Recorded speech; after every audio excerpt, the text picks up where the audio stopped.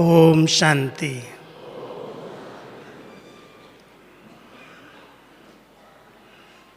हम सब बाबा के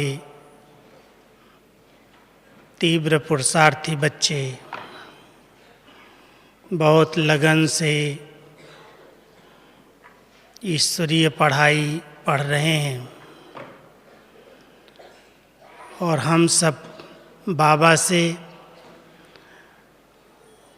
और स्वयं भी अपने आप से अपने आप को बहुत ऊंचा मेडल दे सकते हैं, क्योंकि उस सेना में तो दूसरे लोग मेडल्स देते हैं और जितने मेडल्स मिलते हैं उतना उसको बड़ी पदवी पर माना जाता है। इस ब्राह्मण जीवन में हमें कोई मेडल देता नहीं, हमें खुद को ही खुद मेडल देना पड़ता है और वो मेडल हमारी श्रेष्ठ स्थिति है। मैं समझता हूँ हर एक के जीवन का एक लक्ष्य होगा कि मुझे अपनी स्थिति बहुत श्रेष्ठ ऊंचे से ऊंची बनानी है। जिनकी श्रेष्ठ स्थितियां हैं, जिन्होंने बनाई है, उनकी बहुत सी निशानियां हम सब सुनते और जानते हैं, देखते हैं। कैसी भी बातें, कैसी भी परिस्थितियां आ जाएं, चाहे व्यक्तियों के द्वारा, चाहे प्रकृति के द्वारा, हर परिस्थिति को बहुत सहज रीति से एक रस स्थिति के आधार से पार कर लेते हैं। बहुत जल्दी अपने आप को डिस्टर्ब नहीं करते, टेंशन में भी नहीं आते, उतावले भी नहीं होते और उत्तेजित भी नहीं होते। श्रेष्ठ स्थिति वालों को आप देखेंगे कि कैसी भी बातें आती हैं, बहुत सरलता के साथ मुस्कुराते हुए उस बात को पार कर लेते हैं। और समय अनुसार बाबा हम सब बच्चों से ये आस रखते हैं कि मेरे सभी बच्चों की स्थिति बहुत ऊंचे से ऊंची श्रेष्ठ हो। और श्रेष्ठ स्थिति बनाने के लिए ही हम सब समय प्रति समय भट्ठियाँ योग तपस्या के कार्यक्रम करते हैं, मधुबन में भाग भाग करके आते हैं, बाबा के महावाक्य ध्यान से सुनते हैं, पढ़ते हैं, मनन चिंतन करते हैं। जो भी हमारे पुरुषार्थ की विधियाँ बनाई गई हैं, उन सब विधियों के पीछे एक ही लक्ष्य है कि हमारी स्थिति श्रेष्ठ ऊंचे से ऊंची बने। हम सब जानते हैं समय अनुसार इस कलयुग की अंतिम घड़ियों में हर आत्मा अपने अपने हिसाब किताब भी जहाँ से भी बने हैं वो सब चुकतू कर रही है। और वो जब कई बार हमारे सामने अचानक हिसाब किताब आता है तो कई बाबा के बच्चे बहुत डिस्टर्ब हो जाते हैं। उन्हें अपना सही लक्ष्य दिखाई नहीं देता, उनके आगे अपना भविष्य भी स्पष्ट नहीं होता। लेकिन अगर उन्होंने पहले से अपनी स्थिति बहुत ऊंची बनाई है, श्रेष्ठ बनाई है, ये मेडल उनके पास है, कुछ भी हो जाए मैं अपनी स्थिति को बिगड़ने नहीं दूंगा।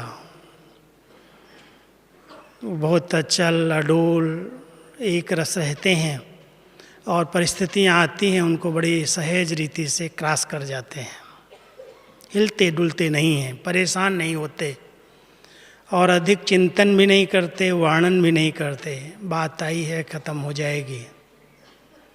लेकिन कईयों के सामने कोई छोटी सी बात आती है, उसको सोच सोच करके वो इतना बड़ा बना देते हैं जो उनके लिए ही वो पहाड़ हो जाती है। सोचते हैं, फिर दूसरों को अगर सुना देते हैं, वायुमंडल में वो बात चली जाती है तो लगता है पता नहीं अब क्या होगा। ऐसी कई बातें हर एक पुरुषार्थी के सामने चलते चलते आती हैं, और अगर वो उन्हें सहज पार करना चाहता है, लक्ष्य रखता है, तो आज मैं आपको ऐसी कुछ विधियां बताऊंगा जो आप बहुत सहज रीति से हर बात को क्रॉस कर सकते हैं। बताई हुई तो बाबा की हैं, बाबा की बातें मैं सुनाता हूँ और सुनाऊंगा आज, लेकिन आप अगर ध्यान से सुनेंगे तो स्थिति बिगड़ती क्यों है और स्थिति श्रेष्ठ कैसे रह सकती है, वो दोनों हल आपको दिखाई देंगे। क्योंकि स्थिति का आधार हमारी स्मृति है। जिस प्रकार का हमारा अंदर का याददाश्त है, स्मृति है, चिंतन है, उसी आधार से हमारी स्थिति बनती जाती है। और वो स्मृतियाँ जो बाबा ने हमें दिलाई हैं वो बहुत ऊंची हैं, बहुत महान हैं। जो बच्चे उस पर मनन चिंतन करते हैं, उसके सुमिरन में रहते हैं, उनकी स्थिति अपने आप नेचुरल एक रस बन जाती है। ऐसी स्थिति के लिए सबसे पहली एक बहुत अंडरलाइन करने वाली बात है, बाबा ने हम सबको ध्यान खिंचवाया है, बच्चे बीती को चितवो नहीं। जो बीत गई बातें, उसको वैसे भी हिंदी में कहते हैं भूतकाल, और भूत अगर याद भी आए तो डर लगता है, इसलिए भूतकाल बीती हुई बातों का चिंतन बार बार नहीं करना। कोई भी ऐसे कारण बने हैं, देहाभिमान के कारण, किसी हिसाब किताब के कारण, किसी भी परिस्थिति के कारण कोई अगर गलतियां हुई हैं, कुछ हो गया है, तो बार बार उसको अंदर ही अंदर सोच सोच करके अपने आप को परेशान नहीं करो। सेकंड में उसको फुल स्टॉप लगाओ और आगे बढ़ो बीती से। और बाबा कहते हैं शिक्षा लेकर के, अनुभवी बन करके आगे बढ़ जाओ, उसका चिंतन करके अपने आप को डिस्टर्ब नहीं करो। तो सबसे पहले ध्यान देने वाली बात है, क्या मैं अपने बीतती हुई घटनाओं को एक सेकंड में ब्रेक दे करके अपनी अच्छी स्थिति में स्थित हो सकता हूँ। ड्रामा का ज्ञान इतना हमने यथार्थ रीति से समझा है, ये नथिंग न्यू। हर बात में कुछ न कुछ रहस्य हैं, कुछ न कुछ कल्याण भरा हुआ है। इस स्मृति के आधार से उसमें भी हमें कुछ सिखा करके वो बातें गई, अनुभवी बना करके गई। इसलिए उन बीती हुई घटनाओं से, बीती हुई बातों से हमें डिस्टर्ब नहीं होना है। Full stop. एक सेकंड में जो ब्रेक लगाना जानता है, उसकी स्थिति अपने आप अच्छे से अच्छी बन जाती है। दूसरी बात एक अंडरलाइन है, बाबा कहते हैं समय अनुसार हर आत्मा अपने अपने हिसाब किताब चुकतो कर रही है, और एक का पार्ट दूसरे से नहीं मिलता। किसी के पार्ट से भेंट करके अपने आप को डिस्टर्ब नहीं करना है। इसका बड़ा अच्छा पार्ट है, अपने आप को दिल शिकस्त कर देते, या कभी भी किसी का ऐसा नेगेटिव पार्ट देख करके क्वेश्चन उठाते, ऐसा क्यों कर रहा है, ऐसा इसको नहीं करना चाहिए। और जब हम क्यों, क्या, कैसे के प्रश्नों में उलझ जाते हैं तो स्थिति अपने आप डाउन हो जाती है, बिगड़ जाती है। इसलिए बाबा ने हम सबको एक बहुत सुंदर सीट दी है, साक्षी दृष्टा स्थिति की। खुद के पार्ट को भी बड़ा साक्षी होकर के देखो, अपने आए हुए हिसाब किताब को भी साक्षी दृष्टा बन करके देखो। और अगर कोई बहुत स्नेही समीप की आत्मा, उसके प्रति भी बहुत साक्षी दृष्टा बन करके शुभ भावना का दान दो। ज़्यादा उसके दुखों में दुखी नहीं हो जाओ, उसकी खुशी में खुशी नहीं हो जाओ। अगर साक्षी दृष्टा स्थिति में रहने का आपने अभ्यास किया है, तो हम स्थिति को अपना एक रस रख सकते हैं। नहीं तो कोई के स्नेही के पार्ट में स्नेही आत्माएं जो बहुत सहयोगी हैं, समीप रही हैं, उनके सामने कोई ऐसी घटनाएं आती हैं तो हमें बहुत चिंतन चलता और उसके दुख सहन नहीं होते, और उसके दुख में हम खुद भी परेशान होके अपनी स्थिति को बिगाड़ लेते हैं। इस बात को थोड़ा सा समझना कि बाबा ने हम सबको हर परिस्थिति को साक्षी दृष्टा की स्थिति से देखने का बहुत सुंदर ज्ञान दिया है, समझ दी है। तो साक्षी दृष्टा स्थिति में रहने वाले की स्थिति अपने आप श्रेष्ठ हो जाती है, ऊंची हो जाती है, और ऊंचाई से वो हर दृश्य को ऐसे देखता है तो बात आई है, ख़त्म हो जाएगी। जैसे आप सब जानते हो, जब हम ऊंचाई पर चले जाते हैं तो ऊंचाई से जो नीचे की चीज़ें हैं वो बहुत छोटी छोटी दिखाई देती हैं। अब प्लेन से उड़ने वाले जब नीचे देखते हैं तो क्या दिखता है? बड़े बड़े शहर भी इतने छोटे से दिखते हैं, बड़े झाड़, बड़ी गाड़ियाँ, बड़े तालाब, बड़ी नदियाँ क्या दिखती हैं? वो छोटी चींटी जितनी छोटी छोटी हैं। ऐसे ही बाबा हम बच्चों को कहते हैं, जब आप इस साक्षी दृष्टा की स्थिति में, ऊंची स्थिति में स्थित हो जाएंगे तो ये सब बातें जो भी आई हैं पेपर बन करके वो बहुत छोटी अनुभव होंगी, ये तो खेल के रूप में आई हैं, ख़त्म हो जाएंगी। इसलिए साक्षी दृष्टा स्थिति का बहुत अच्छा अभ्यास हमें ये मेडल सहज दिला सकता है, श्रेष्ठ स्थिति का। तीसरी बात, बाबा ने हम सबको श्रेष्ठ मत दी है, श्रीमत, और कहा भी जाता है श्रीमत सिर माथे। जो कुछ बाबा की श्रेष्ठ मत हमें मिली है, मुरली के द्वारा मिल रही है, हम सब उस श्रीमत पर ही कदम कदम चलते हैं। श्रीमत का हाथ यही बाबा का साथ है। जो श्रीमत का हाथ लेकर के साथ चलते हैं बाबा के, उनकी स्थिति अपने आप अच्छी हो जाती। स्थिति बिगड़ने का एक मूल कारण है मन मत और परमत। कई आत्माएं हमारे साथ जो रहती हैं, जिनके संग हम उठते हैं, बैठते हैं, कार्य व्यवहार में आते हैं, अगर उनके कमज़ोर संकल्प हैं, कमजोरियां उनके अंदर चिंतन में रहती हैं, तो उनके संग का बहुत गहरा प्रभाव पड़ता है। इसलिए हर एक ब्राह्मण आत्मा को ये बात बहुत अच्छी तरह से अपने आप से, कहते हैं, गांठ बांध लेनी चाहिए कि मुझे किसी कमज़ोर का संग नहीं करना है।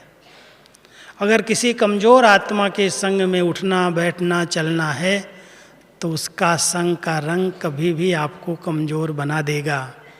वो अपनी मन के, अपनी मत का प्रभाव आपके ऊपर भी डाल सकता है। इसलिए बाबा कई बार ध्यान खिंचवाते हैं, बच्चे संग की बड़ी संभाल करो, संग तारे कुसंग डुबोए। आप कहेंगे ब्राह्मणों का संग तो अच्छा है। मैं एक अपने बचपन की बात सुनाता हूँ। मैं जब मधुबन में आया तो बाई स्कूल के संग से तो मैं बच के आया था। वहाँ का संग तो ऐसा ही था, बच्चों का, स्कूल का। और मधुबन में आया तो दीदी का ध्यान बहुत रहता था, एक एक पर, दीदी मनमोहिनी का। तो दीदी ने मुझे अकेले में बुलाया और कहती है, संग की संभाल रखना। तो मैं दीदी की तरफ देखता रहा कि हमने दीदी, वो जो संग था बच्चों का, स्कूल का, लड़कों का, वो तो मैं छोड़ के आ गया और मधुबन में आया और यहाँ पर भी मुझे यही डायरेक्शन मिला, संग की संभाल रखनी। यहाँ क्या खराब संग है क्या? तो जब क्वेश्चन उठता है तो जवाब भी आता है सामने से। तो दीदी ने बड़े प्यार से कहा, संग खराब नहीं है, यहाँ अच्छा संग है सबका। लेकिन अगर कोई का अपनी उन्नति के प्रति ख्याल नहीं चल रहा है, अगर वो बाबा की श्रीमत का संपूर्ण पालन करके नहीं चलता, केवल सेवा किया, खाना खाया, सोया, ऐसे व्यक्ति के संग से अपने को बचाना। क्योंकि उसको अपनी स्व उन्नति के लिए अपने स्वचिंतन का ध्यान ही नहीं है। वो अमृत वेला नहीं करता है, वो मुरली क्लास नहीं करता है, वो अलबेला रहता है, टाइम पर क्लास में नहीं आता है, सोया रहता है। और ऐसे संग में आप रहोगे तो धीरे धीरे उसका रंग लग जाएगा। इसलिए ब्राह्मण जीवन में भी हम सबको संग की बहुत संभाल करनी है। नहीं तो कोई भी ऐसे कमज़ोर संग बाबा की मुरली में अपनी बातें ऐड करके सुनाने वाले, कई प्रकार की बातें देने वाले कि बाबा तो कहता है, अभी कौन बना है, पास तो 8 ही होने वाले हैं, 108 ही होने वाले हैं, फिर हम क्यों इतनी मेहनत करें, क्या ज़रूरत है। जैसा कमज़ोर कोई होगा उसके संग वाले का रंग आपको भी डाल देगा। इसलिए बहुत ध्यान देना, मन मत और पर मत के प्रभाव से बच के रहना, अगर अपनी स्थिति अच्छी बनानी है, श्रेष्ठ स्थिति का मेडल लेना है तो। चौथी बात है, हमारे इस विद्यालय का, हमारी इस पढ़ाई का फाउंडेशन क्या है? मन, वचन और कर्म की पवित्रता, शुद्धता। जहाँ स्थितियाँ हिलती हैं उसका एक मूल कारण दिखाई देता है। जब कहीं किसी के प्रभाव में आत्मा आती है, किसी के नाम रूप की तरफ आकर्षित हो जाती है, जब उसकी वृत्तियाँ दैहिक और देहाभिमान वाली बन जाती, इम्प्योरिटी हमारी स्थिति को बहुत जल्दी नीचे गिराती है। और जितना इस ब्राह्मण जीवन में हमने इस संकल्प में दृढ़ता लाई कि कुछ भी हो जाए, मैं अपने संकल्पों को कभी भी विकारी पतित नहीं बनने दूंगा, मन से भी पवित्र रहूँगा, वचन से भी रहूँगा और कर्म में तो सदा पवित्रता को धारण करूँगा।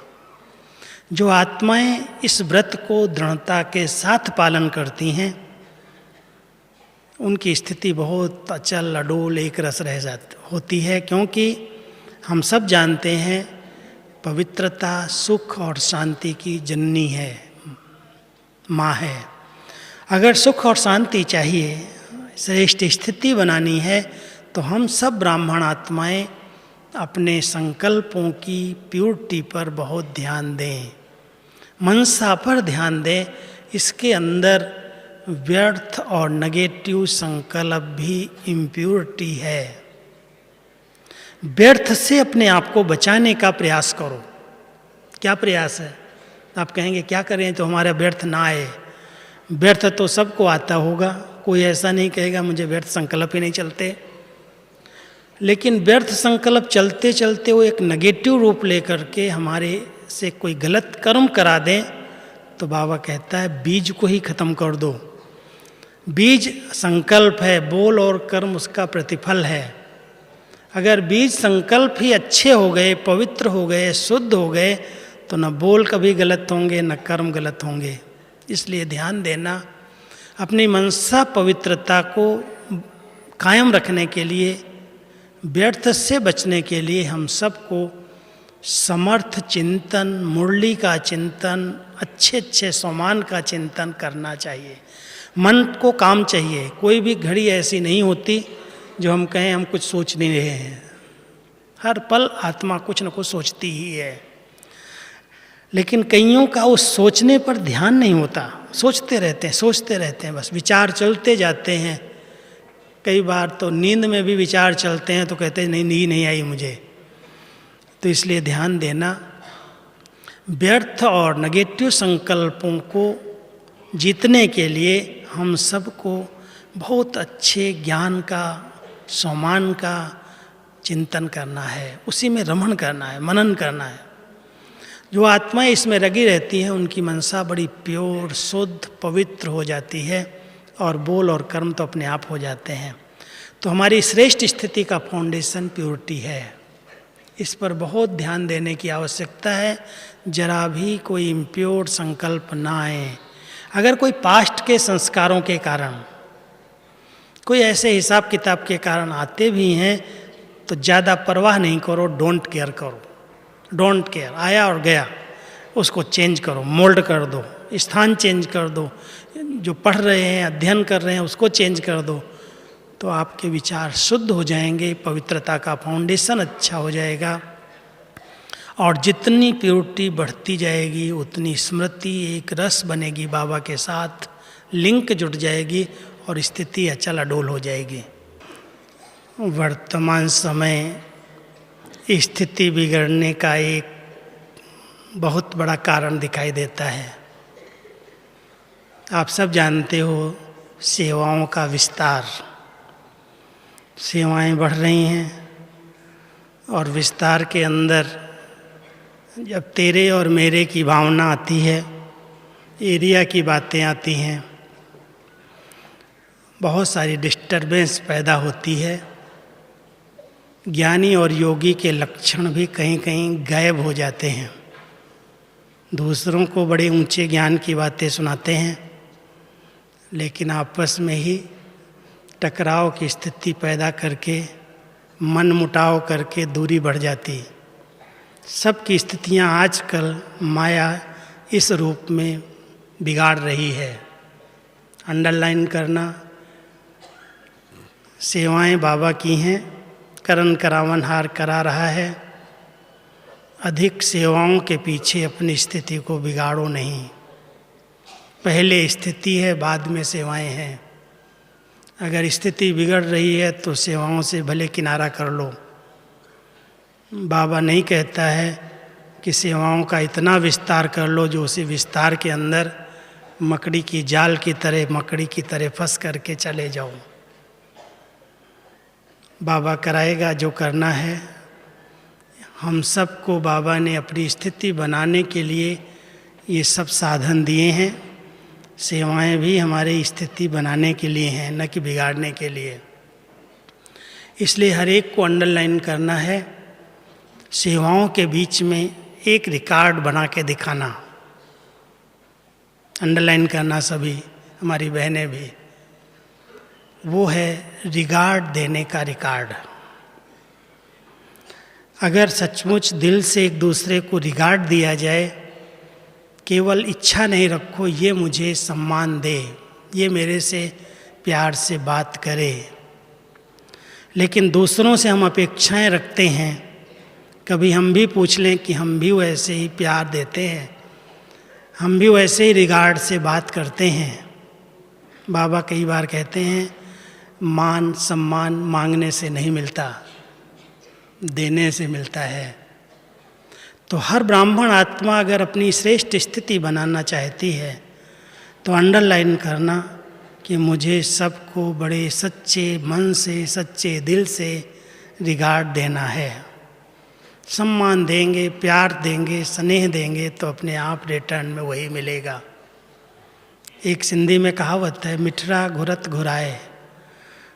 तो मीठे बोल बोलोगे तो सब तुम्हारे से भी मीठा व्यवहार करेंगे। अगर जरा भी आप कड़वे होगे और अपेक्षा रखोगे सब मुझसे अच्छा बोले, तो कभी भी आपको रिटर्न अच्छा नहीं मिलेगा। इसलिए हम सब बाबा के बच्चे बाबा के इस ताबीज को, मंत्र को बांध करके अपने साथ रखें कि मुझे सबको रिगार्ड देना है। ये रिकॉर्ड हमारा खराब न हो। कईयों की भाषा ऐसी होती है, फ़ोन पर बोल देते हैं, आपस में बोल देते हैं। जैसे बाबा कई बार कहते हैं किसी को काट लेते हैं। देखना, ध्यान देना, भाषा में कभी भी कोई भी आत्मा अपसेट न हो जाए। हम दूसरों को अपसेट करने के लिए नहीं आए हैं। हम अपनी स्थिति को सेट करें और फिर दूसरों से बात करें। सेट हो करके बात करें, अपसेट हो करके नहीं। अगर ये ध्यान रखेंगे तो स्थिति एक रस बन जाएगी। इसके लिए अच्छे अच्छे सम्मान में रहने का अभ्यास करो, कोई मान दे या न दे। बाबा तो चाहते हैं ये मेरे योगी बच्चे हैं, तपस्वी बच्चे हैं, दुख सुख, निंदा स्तुति, मान अपमान, जय पराजय सब में समान स्थिति बनाएं, संतुलन बनाएं। कोई ने महिमा कर दी, बड़ा अच्छा है, कोई ने कुछ इधर उधर कटाक्ष कर दिया, उसे नफरत कर लिया, उसे दूरी बढ़ा ली। उसने मेरी एक गिलानी की, मैंने उसकी 10 बातें सुना दी। ये अच्छे स्थिति की निशानियाँ नहीं हैं। अच्छे स्थिति वाले, जैसे ब्रह्मा बाबा ने, दादियों ने सबकी बातें सुनी, चाहे परिवार ने गिलानी की, चाहे बाहर वाले ने की। बच्चे सब निर्दोष हैं, इनका कोई दोष नहीं है। कभी भी उनको ये नहीं कहा कि इसने एक किया है तो मैं इसकी 10 गिलानी कर दूं, 10 जगह उसकी बातें फैला दूं। समाया, क्षमा किया, बहुत बड़े दिल से कहा ये निर्दोष है। इसलिए ध्यान देना, बाबा ने हम सबको बड़े ऊंचे सम्मान दिलाए हैं, सम्मान स्मृति में दिलाए हैं। स्वयं स्वयं को मान दो, बहुत रूहानी नशे और खुमारी में रहो। बाबा ने इतना ऊंची चोटी पर बिठाया है कि मेरा एक एक ब्राह्मण बच्चा मेरे सिर का ताज है, सिरताज है, मेरे ब्राह्मण कुल की शोभा है, ये श्रृंगार है। हम सब बाबा के ब्राह्मण कुलभूषण बच्चे हैं। हम अपने बहुत ऊंचे सम्मान में स्थित रहें और सबको सम्मान देते चलें, किसी से मांगे नहीं। तभी हमारी स्थिति एक रस और श्रेष्ठ बन सकती है। मैं एक 7वीं बात आपको सामने रखता हूँ। मेरे सामने एक प्रश्न आया था, निमित्त किसको कहा जाता है? बाबा ने कई बार मुरली में कहा है, कोई बात आती है निमित्त को सुना दो, हल्के हो जाओ। तो कई स्टूडेंट्स प्रश्न करते हैं कि हमारी टीचर ही हमारी निमित्त है, उसके अंदर तो ये है, उसके अंदर ये है। निमित्त की परिभाषा क्या है? हम सब जानते हैं, कोई भी जवाबदारी जब किसी को दी जाती है तो जो मुखिया होता है उसको निमित्त कहा जाता है। जो भी बड़ा होता है, सेवा केंद्र है, सेवा केंद्र की इंचार्ज बहन है, उसके अंडर में उप सेवा केंद्र हैं, गीता पाठशालाएँ हैं, बहुत सारे विद्यार्थी हैं, तो उन सब के लिए तो वही बहन, बड़ी बहन निमित्त है। लेकिन बाबा ने हमारी दादियों को निमित्त बनाया साकार में, और वर्तमान समय जितने सेवा केंद्र चल रहे हैं जोन के निमित्त हैं, सब जोन के निमित्त हैं, सेवा केंद्रों के निमित्त हैं जो बड़े हैं। लेकिन उनकी सबसे बड़ी क्वालिटी है जो निमित्त है, वो निर्माण है। निमित्त और निर्माणपन का भाव, जहाँ निमित्त भाव आता है वहाँ मैंपन समाप्त हो जाता है। ऐसे नहीं मैं बड़ा हूँ, मैं जवाबदार हूँ, मैं जो कहूँ वही राइट है। बाबा कहता है निमित्त का अर्थ ही है करावनहार कोई दूसरा है, तुम निमित्त हो। जवाबदार हम सब का मालिक एक है और हम सबको उसने निमित्त बनाया है। निमित्त का अहंकार ना आ जाए, इस पर बहुत ध्यान देना। बहुत निर्माणचित्त होकर के सबको यथार्थ मार्गदर्शन दिया जाए श्रीमत के अनुसार, उसको ही निमित्त कहा जाता है। अगर निमित्त आत्माएं किसी की बात को समा नहीं सकती, फैला देती हैं, तो उनको वास्तव में निमित्त नहीं कहा जाता। निमित्त के अंदर समाने की, सहन करने की, सही मार्गदर्शन देने की शक्ति होती है। तो हम सब, बाबा हमारे लिए निमित्त हैं, निमित्त हमारी दादियाँ हैं। और अगर कोई आत्माएं बहुत वफादारी से बात सुनती हैं, समाती हैं, सही मार्गदर्शन देती हैं, बहुत निरहंकारी होकर के रहती हैं, तो हम उनको बात देते हैं, नहीं तो हम एक बाबा को ही सुनाते हैं। तो हम सब बाबा के बच्चे अपनी स्थिति को एक रस रखने के लिए ध्यान दें कि हम सदा कोई भी कार्य के निमित्त हैं, कराने वाला करा रहा है, और बहुत निर्माण चित्त स्थिति में स्थित रहें। स्थिति को एक रस का आसन चाहिए और उसके लिए बहुत बैलेंस चाहिए।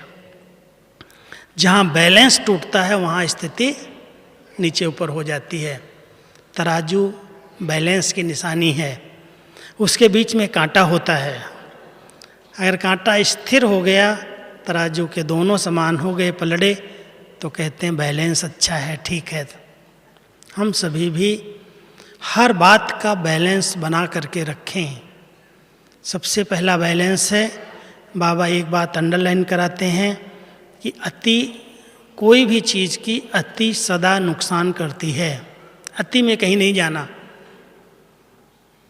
अति प्यारे बन गए तो भी नुकसान हो जाएगा, और अति न्यारे बन गए तो भी सब किनारे कर लेंगे। इसलिए सबसे अच्छा बैलेंस जो बाबा का बैलेंस है वो है न्यारे और प्यारेपन का। हम सब बाबा के बच्चे बहुत एक दूसरे के स्नेही हैं, प्यार है, लेकिन कोई विशेष प्यार न करे किसी से।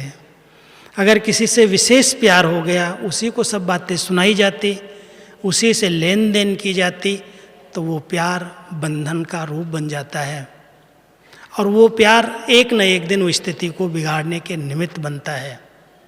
इस बात को हर एक को अंडरलाइन करना है कि किसी देहधारी से स्पेशल प्यार रख करके उसी के साथ दिल की बातें करना, उसी के साथ बैठना, उसी के साथ लेन देन करना और सबसे छिपा लेना, वास्तव में ये कर्म बंधन की रस्सियाँ बना रहे हैं, तोड़ नहीं रहे हैं। इसलिए बाबा ने अपने बच्चों को बहुत सुंदर बैलेंस की जीवन दी है, जहाँ न्यारे और प्यारेपन का बैलेंस है। कार्य के लिए हम सब एक हैं, परिवार है हम सबका, समय पर साथ देते हैं, सहयोग देते हैं, मदद करते हैं और फिर न्यारे हो जाते हैं। बाबा ने हम सबको कहा है, बच्चे देह अभिमान से न्यारे बनो और बाबा के प्यारे बनो। जो देह अभिमान से न्यारे और बाबा के प्यारे हैं वो सबके प्यारे हो जाते हैं। एक बड़ी अच्छी मुरली बाबा की चली है, आप सब सुनेंगे अव्यक्त बाबा की, कि बच्चे जो बीज को प्यार करना जानते हैं वो पूरा वृक्ष उनको प्यार करने लगता है। बीज कौन है? बाबा है। अगर सचमुच सब पूरे ब्राह्मण परिवार से प्यार लेना है तो बीज को याद करो, बीज को प्यार करो, बस वृक्ष अपना हो जाएगा। और बीज हमारा बाबा है। इसलिए ध्यान देना, बैलेंस बहुत बड़ी कला है और जो बैलेंस से चलता है उसकी लाइफ ब्लिसफुल हो जाती।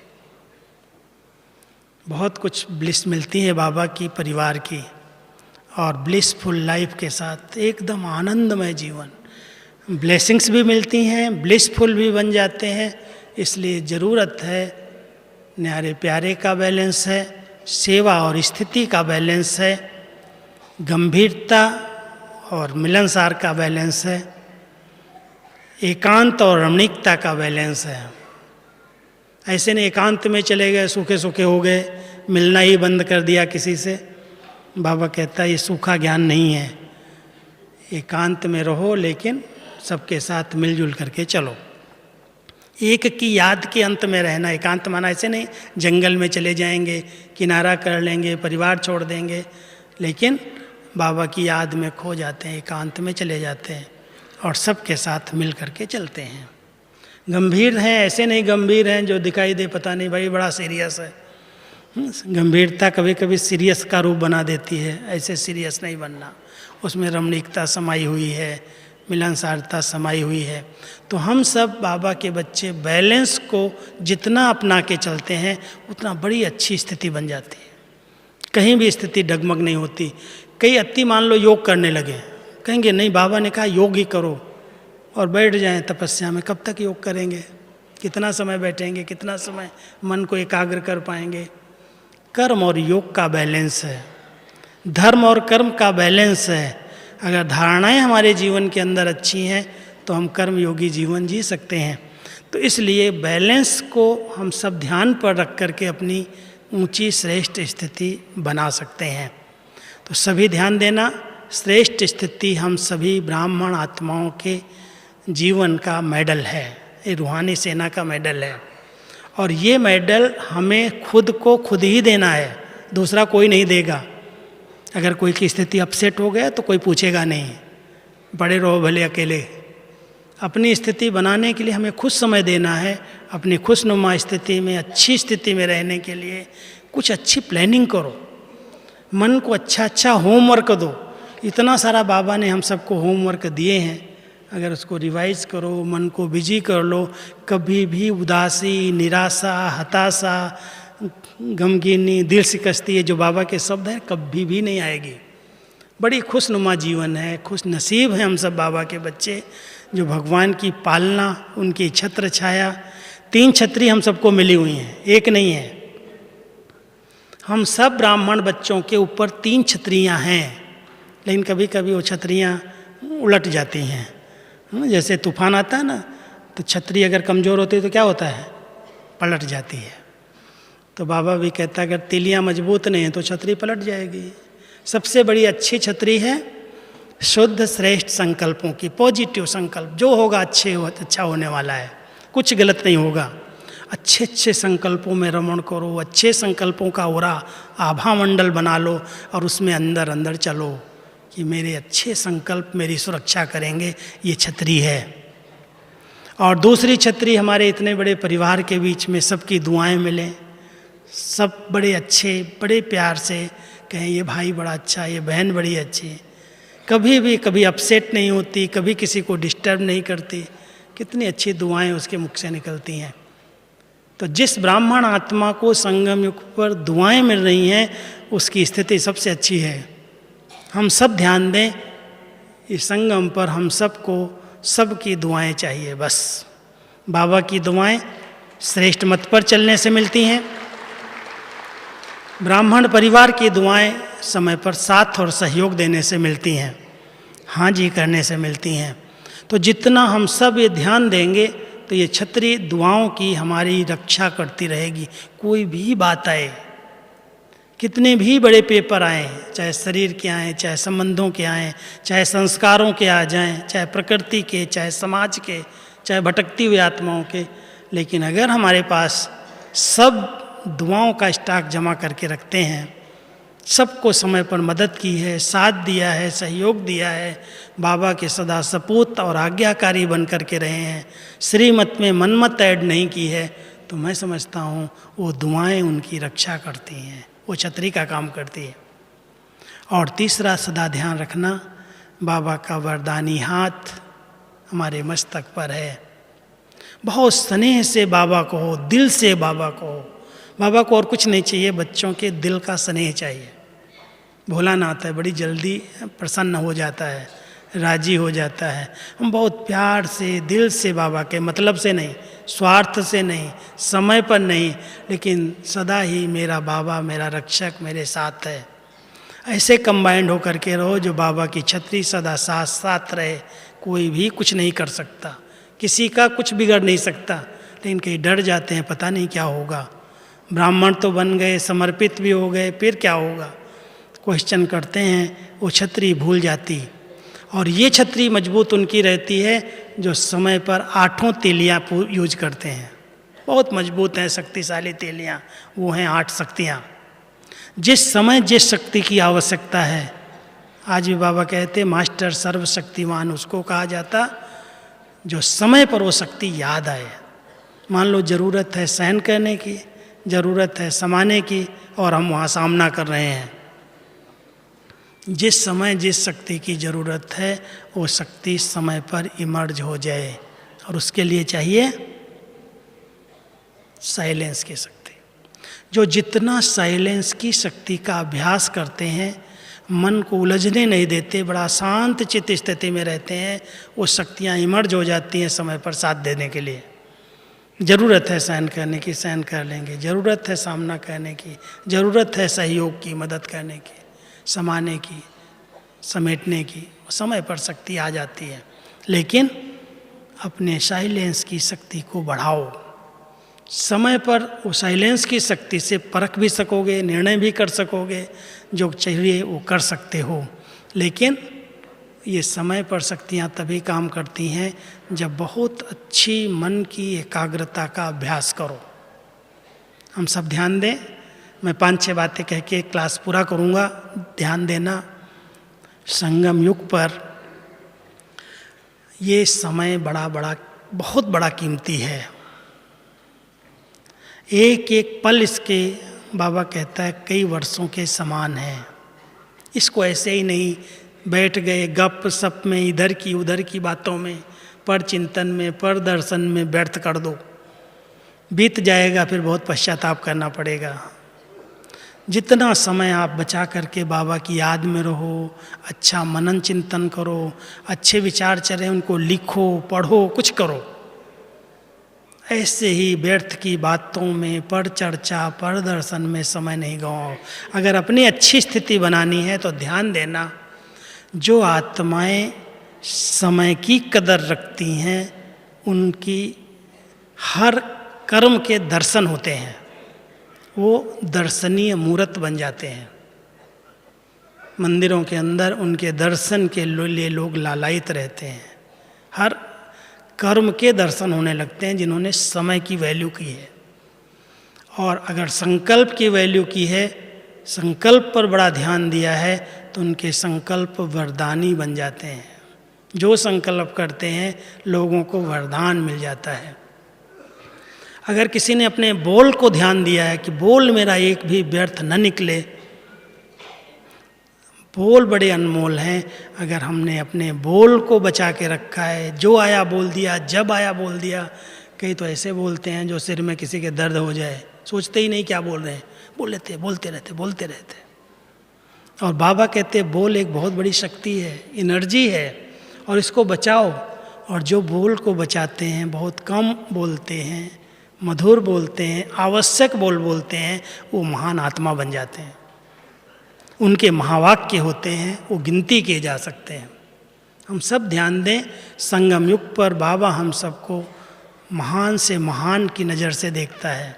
हम महान आत्माएं हैं, हमारे एक एक बोल बहुत कीमती हैं। इसलिए जो आया बोल दिया, इस पर ध्यान दो, ये बोल अनमोल हैं। और अगर दृष्टि बड़ी शुद्ध और पवित्र, सबके प्रति बहुत शुभ भावना, शुभ चिंतन वाली है, तो आप नज़र से निहाल करने की सेवा कर सकते हो। जिसको दृष्टि देंगे उसका भला हो जाएगा, कल्याण हो जाएगा।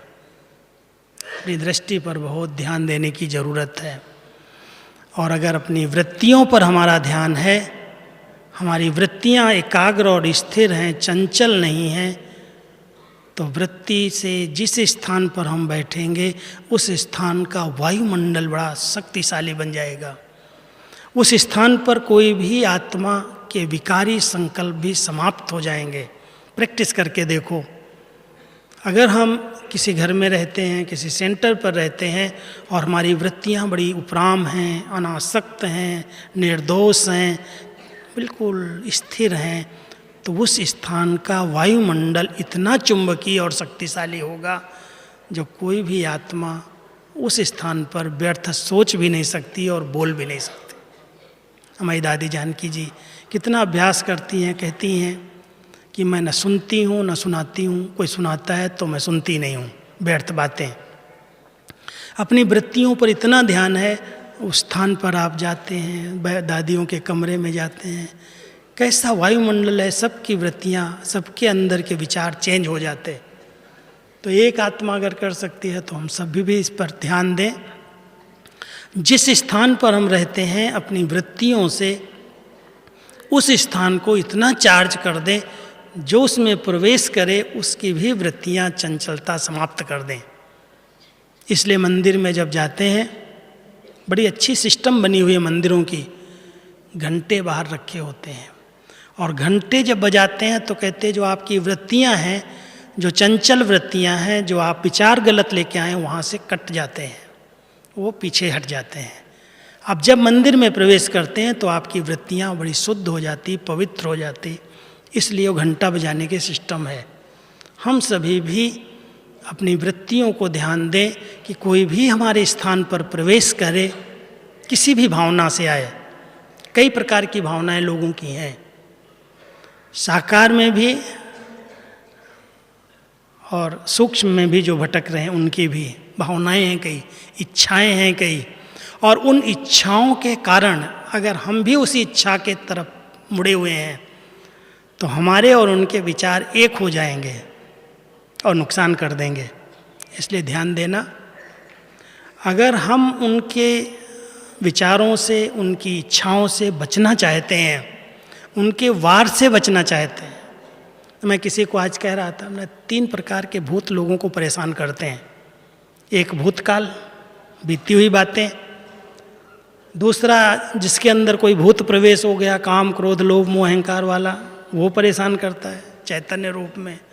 और तीसरा जो भटकता हुआ है, जिसको जन्म नहीं मिला, शरीर नहीं मिला, वो बहुत परेशान करता। और इन तीनों से बचने के लिए हम सबको क्या करना पड़ेगा? अपनी वृत्तियों को बहुत स्थिर, एकाग्र, शुद्ध और पवित्र बनाना होगा। जिसकी चंचल वृत्तियां हैं उन पर कोई भी अटैक हो सकता है। हम सब ध्यान दें, अपनी वृत्तियों को बहुत अच्छे से अच्छा बनाएं। और वृत्तियां उससे बनती हैं, कैसे बनती हैं? वृत्तियों का निर्माण हमारे संकल्पों की गति से होता है। अगर कोई संकल्प बार बार हम कर रहे हैं, रिपीट कर रहे हैं, रिवाइज कर रहे हैं मन के अंदर, तो वो रिपीट किया हुआ संकल्प जब बार बार चलता है तो उसके आधार से वृत्तियाँ बन जाती है, इसलिए उसको वृत्ताकार कहते हैं। ऐसे ऐसे घूमता रहता है, एक ही वृत्त के अंदर जो बात घूमती है वो वृत्ति बन जाती है। इसलिए हम सब ध्यान दें कि कोई भी बात आती है उसको स्टॉप करो, चिंतन नहीं करो, वर्णन नहीं करो, उसको बड़ा नहीं बनाओ, फुल स्टॉप लगा दो। आपकी वृत्तियाँ शुद्ध हो जाएंगी, पवित्र हो जाएंगी और वायुमंडल इतना अच्छा हो जाएगा, वाइब्रेशन शक्तिशाली हो जाएगा, जो उस स्थान पर कोई भी अपवित्र विचार वाली आत्मा प्रवेश नहीं कर सकती। ये हमारी सुरक्षा है।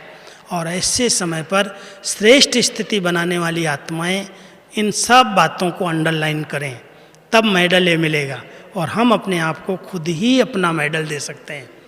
कर्म ऐसे करो जो यादगार बने। कोई भी कर्म ऐसा न हो कहते अच्छा है चला गया तो अच्छा हुआ, ऐसे कोई कर्म न हो। हम कर्म ऐसे करें बाबा की याद में रह करके सबको सुख दें, सुख लें। अभी समय नहीं है किसी को अपसेट करने का। किसी भी कर्म से कोई भी आत्मा अपसेट नहीं होनी चाहिए। हम समझते हैं हम अच्छे कर्म कर रहे हैं और लोग डिस्टर्ब हो रहे हैं, माना कुछ न कुछ अपनी मनमत है।